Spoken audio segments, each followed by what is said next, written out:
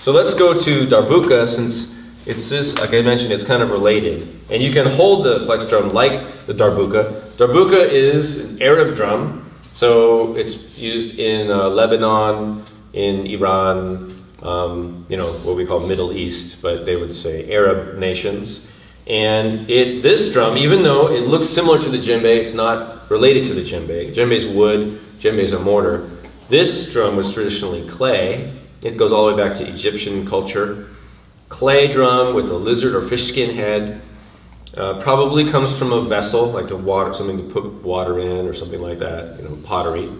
And this is a modern drum. It's made of fiberglass with a plastic head. And you still see the same features of the big head, the bowl, and the foot. And so this drum is traditionally played in the lap, so we call it lap drum.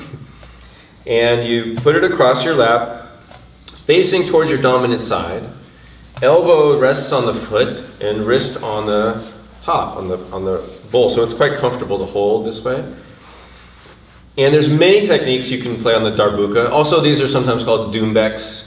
Doombek is just a kind of a Western word for the drum, and I think it's more onomatopoetic word. Like we have doombek is like the sounds, because one of the sounds that we learn is doom. That's our low sound. So, the more official, culturally correct word would be Darbuka. Sometimes it's also called dirbeki or tabla, which just means drum. So we're going to call it, what are we calling it? Darbuka. Darbuka.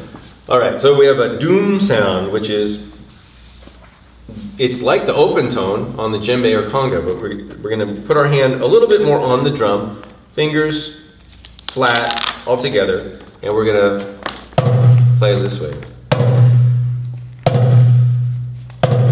So it's kind of like the open tone, but we're really getting the head moving. So that's called doom.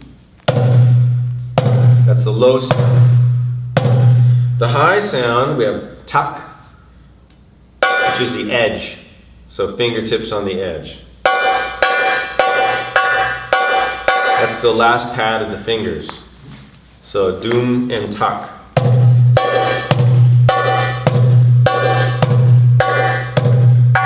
Okay, and then you can play pa. We were talking about your dog hitting the drum, but there's a sound called pa, and pa would just be kind of like a slap, like this. Pa. Sometimes we do cha. Now on this drum it's got a slippery head, so it's not going to be as loud, but cha would be like a brushing sound. All kinds of different sounds, but basically if you can do doom and tak or tek, and maybe pa. Pa is like a slap. It can be like that too. Muted tone though. Stay on the drum for pa. And then we can also do tak up on the top. It's like a twisting, flicking motion using our ring finger.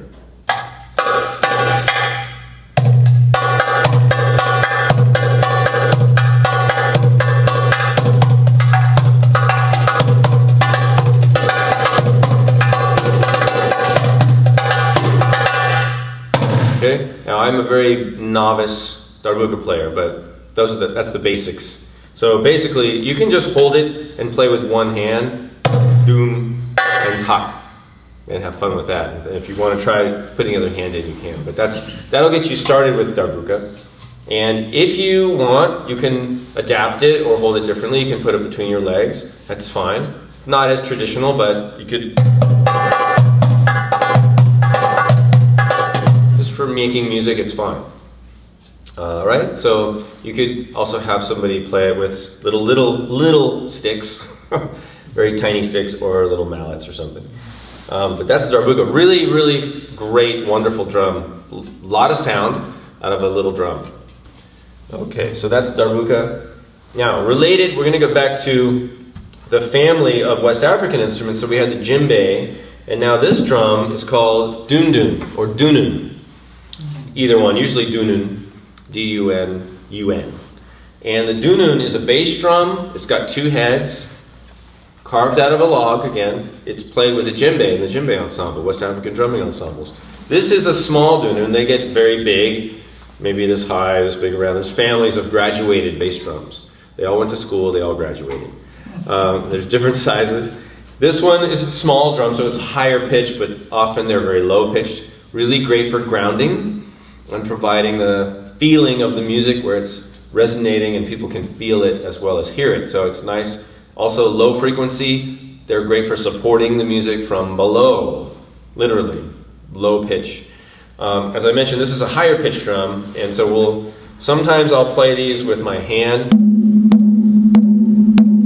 which is not traditional. That would just be in a small ensemble. Traditionally, you'd play the Dune or Dune with a Dune stick, which is here, right by my foot.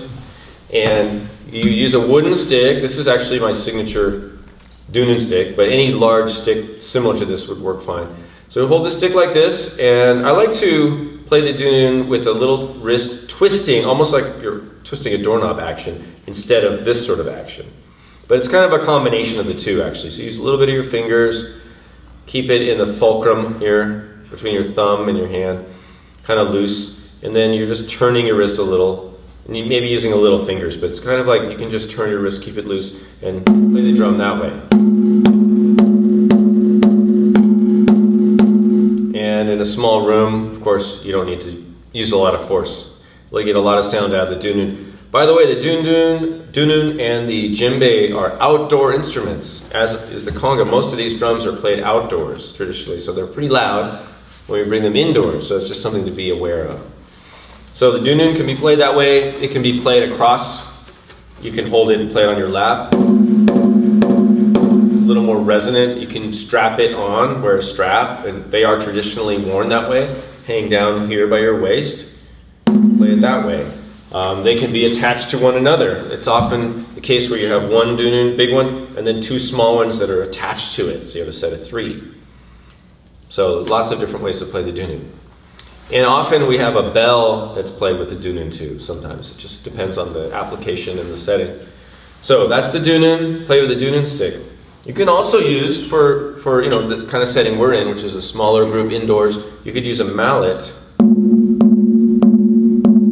which I think is really nice. It gives it a more mellow sound. And it'll take some of the edge off, some of the volume off, give it a little more warmth. So we're going to move on to a couple more drums related to the Dune, and a drum that would play a similar musical role in a small ensemble would be a frame drum that's more like what we call a shaman drum or buffalo drum. And this drum is a synthetic drum. It's got a naga hide type material for the head, which is really nice for creating a low resonant tone. So this drum would actually be a nice instrument to ground a small group of musicians. And you use a mallet, and it sounds like this.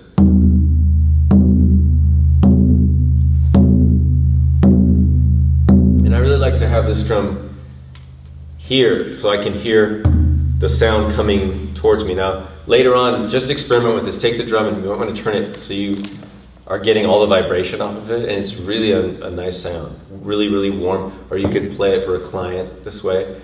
Make sure you let them know what's coming. Maybe gently work into it, because it's a lot of air that's coming off of the drum, especially off the back. So it's a really nice sound. You can use it, sort of envelops the space. Very resonant. So you could use that for that's why they use this drum, for shamanic type drumming, or drumming where you might want to induce like a trance state. It's a very nice sound. You can also use this as a tonal ground for singing over, because it has a pitch.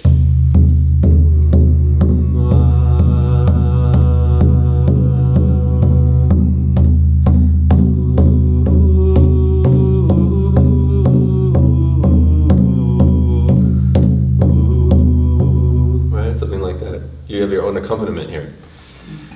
All right, another kind of frame drum, and frame drum family is usually they're single-headed, not always, but single-headed drums where the head is much bigger than the shell. Another frame drum. I've got a set of drums here. These are called rainbow hand drums. These are also frame drums, and they come in all sizes. So this is a very small one. And we go all the way from 8 to, this set has 16 inches.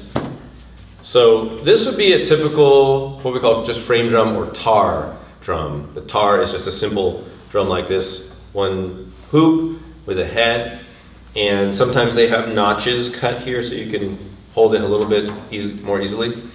Sometimes there's a hole here you can put your thumb through, it just depends on the manufacturer. But basically, to hold the frame drum, you're going to place your hand inside, your thumb inside, and your fingers in front. You can put your index finger only, or your index and middle finger to support it, and then just you lean it forward a little so that it's kind of binding behind your thumb. See, so if I hold it here, it's kind of wobbly, but if I tip it, now it's stable because I've got resistance down here. Does that make sense? So you can hold it a little bit forward, and then from here, now I've got my holding hand and I have a playing hand, the one hand free, so now I can do my tones with my other hand. And there's a lot of ways to play the frame drum, but I'll just give you a couple tones. Doom on this drum is often in this style played with the thumb, like a flicking of the thumb where you hit on the side of your thumb with a rotation movement. So you kind of throw your thumb at the drum into the drum head on the side. That would be doom on the frame drum. So that's our low tone. And then tak would be ring finger towards the edge. You could also use your index finger. It doesn't matter, whatever you're comfortable with. So my ring finger striking the drum near the edge is tak, high pitched.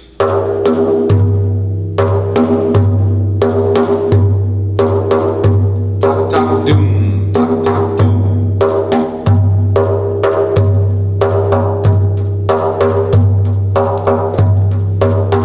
And then of course we go from there and playing dooms down, or taks down here. So you have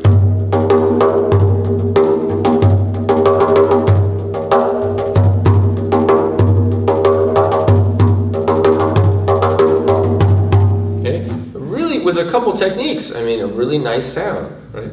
Low and high, that's all you need, a couple different notes. Same thing applies, you can do the pa or cha, rubbing, brushing, fingertips, kind of a slap, catch. You can play your whole hand if you want, but those are the basic techniques for frame drum. Now, the last drum I have here, we're going to look at right now, there's so many instruments, but these are some of the basic ones that you could use in community drumming settings, is the cajon. And I really like the cajon. I use the cajon all the time in my work in music therapy, and I just really love it. So the cajon is a box, wooden box. And you see it's got a hole here, so a sound hole, resonant, so that the bass tones can be formed and come out. This particular model has two playing surfaces. The head is the side of the box. The wood on the playing surfaces is thin. It's thin plywood. And it's very resonant. So we've got a bass tone. This side has snares. So it's got a little bit of snare sound on the high end, but that's where you play it. And then of course it's a seat, so you can sit on it.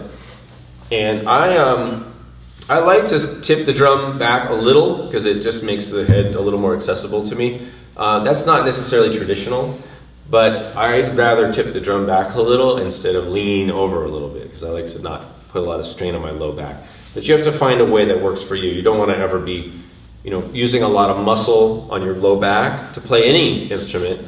So you just have to find a way to sort of position yourself so you're not straining, but that could be leaning a certain way or tipping the drum back a little maybe. Either way, but traditionally it's just flat on the ground. And we have two basic tones. Again, we've got the bass tone, which is with our hand just inside the top of the head. Here. There's no reason to reach way down here. You don't have to go to the middle or anything like that. Just right in the upper quadrant here. Both hands, either one. Just, and again, very relaxed. Hand is just basically flat, and it's just relaxed. It's not, I'm not straining, I'm not trying to just use my palm. You know, sometimes when people say you hit it with your palm, and they say, oh, I can't hit it with my fingers. I say, no, you can hit it with your palm and your fingers. It's just mostly palm. Here. And then the high tone is just up on the edge. Now different players have different techniques, but basically you just want to hit it up in this very edge corner. So we've got low and high.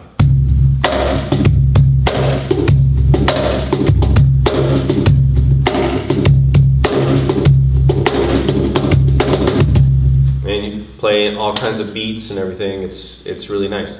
As I mentioned, this drum also has the non-snared head.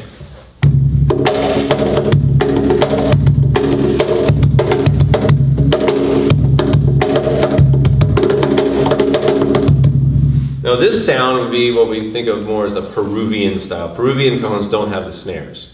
The other side, which would be the flamenco Spanish style, which is going to have the snares. So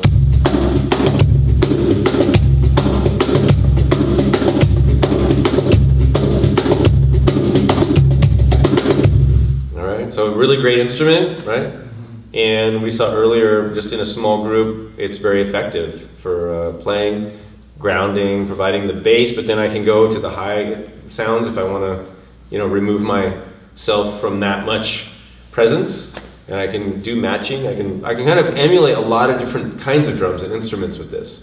So it helps me connect with different people. If somebody's playing a rattle or a shaker, I can kind of get that, you know, that quality and sort of match them. So really nice instrument.